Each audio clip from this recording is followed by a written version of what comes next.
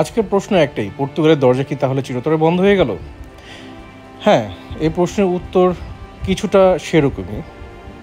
যে আজ আমরা আপনাদের সাথে ডিসকাস করব যে পর্তুগালে এসে আগে যেরকম ট্যুরিস্ট ভিসার মাধ্যমে বাংলাদেশ থেকে বিভিন্ন ধরনের লোকজন এখানে এসে ট্যাক্স প্রদানের মাধ্যমে একটা স্থায়ী বসবাসের একটা সিস্টেম চালু করে নিয়েছিল এবং সরকার থেকেও সেটা খুব সহজলভ্য ছিল যে ট্যাক্স প্রদানের মাধ্যমে 2 বছরের মাথায় বা 2.5 বছরের মাথায় যে কেউ এখানে পার্মানেন্ট রেসিডেন্টশিপ পেয়ে যেত। বাট সেটা এখন আপাতত কিছুদিনের জন্য বন্ধ করে রেখেছে পর্তুগাল সরকার। তবে এটা আবার হতে পারে 1 বছর বা 2 বছর পর এটা আবার চালু করে দিতে পারে। তবে হ্যাঁ, এখনও যে বন্ধ হয়েছে পুরোপুরি সেটা কিন্তু না। বিভিন্ন ক্যাটাগরিতে এসেও আপনারা কিন্তু এখানে পার্মানেন্ট রেসিডেন্টশিপটা পেতে পারেন। তার মধ্যে একটা হলো D1, একটা হলো D2, D3, D5, D6 এইরকম ক্যাটাগরিতে আপনারা আসতে পারেন। তো আলোচনা করা যাক D1 ক্যাটাগরি। সো D1 ভিসাটা হলো এমন একটি ভিসা যেখানে আপনি যদি ট্যুরিজম সেক্টর অথবা এগ্রিকালচার অথবা কনস্ট্রাকশন সেক্টর এইসব সেক্টরগুলোতে আপনি কাজ করতে আগ্রহী, তাহলে সেই ক্ষেত্রে আপনি এই D1 ক্যাটাগরি ভিসাতে অ্যাপ্লাই করে এখানে এসে পার্মানেন্ট হতে পারেন। এরপর হলো D2 ভিসা। D2 ভিসাটা বেসিক্যালি হলো এক ধরনের ইনভেস্টমেন্ট ভিসা।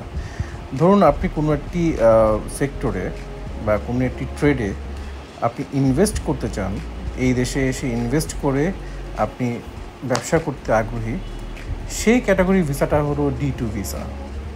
তো এই ধরনের ভিসা আপনারা ইজিলি পেতে পারেন যদি আপনি মনে করেন যে আমি এই কোনো একটা সেক্টরে বা যে কোনো একটা সেক্টরে যেটা আপনি ভালো বুঝেন সেই সেক্টরে আপনি ইনভেস্টমেন্ট করে এখানে ব্যবসা করতে চাচ্ছেন, তাহলে সেই ইনভেস্টমেন্ট করে কিন্তু আপনি এখানে D2 ক্যাটাগরি ভিসাতে স্থায়ী হতে পারেন।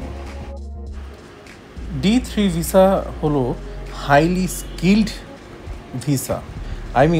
আপনি যদি কোনো একটা সেক্টর দীর্ঘদিন যাবৎ বাংলাদেশের জব করে থাকেন, যেমন আপনি এভিয়েশন সেক্টরে প্রায় 15-16 বছর বা 5 বছর বা 7 বছর জব করেছেন, অথবা আপনি কোনো একটা বাইং সেক্টরে 7-8 বছর জব করেছিলেন, বা কোনো ব্যাংকিং সেক্টরে, মানে যে কোনো সেক্টরে আপনার একটা ভালো অভিজ্ঞতা সম্পন্ন আপনি একজন মানুষ, যে আপনার মিনিমাম 5 বছরের অভিজ্ঞতা আছে এবং সর্বোচ্চ 15-16 বছরের অভিজ্ঞতা আছে, সেই ক্ষেত্রে তারা এই D3 ক্যাটাগরি ভিসাটা অ্যাপ্লাই করতে পারে এবং খুব সহজেই এবং ভালো স্যালারিতে এখানে জয়েন করে এই ক্যাটাগরি ভিসাতে এসে এখানে স্থায়ী হতে পারেন। এরপরের ভিসাটি হলো D4 ভিসা, যেটা কিনা আমাদের তরুণ প্রজন্মের জন্য। সেটি হলো স্টুডেন্ট ভিসা। স্টুডেন্ট ভিসার মাধ্যমে আপনারা এখানে সহজেই এসে পড়াশোনা করে এখানে সহজেই অ্যাপ্লাই করতে পারবেন স্থায়ী বসবাসের জন্য। এই রাস্তাটা এখনও পর্যন্ত ওপেন আছে। সো পর্তুগাল সরকার এই কয়েকটি ক্যাটাগরি ভিসা, আরও কয়েকটি আছে D6, D7, ওগুলো আর বললাম না, বাট এই ক্যাটাগরি ভিসাগুলো এখনও ওপেন রেখেছে এবং এর মাধ্যমে আপনারা সহজেই এখানে স্থায়ী বসবাস করতে পারেন যতদিন না পর্যন্ত ট্যুরিস্টদের জন্য বন্ধ।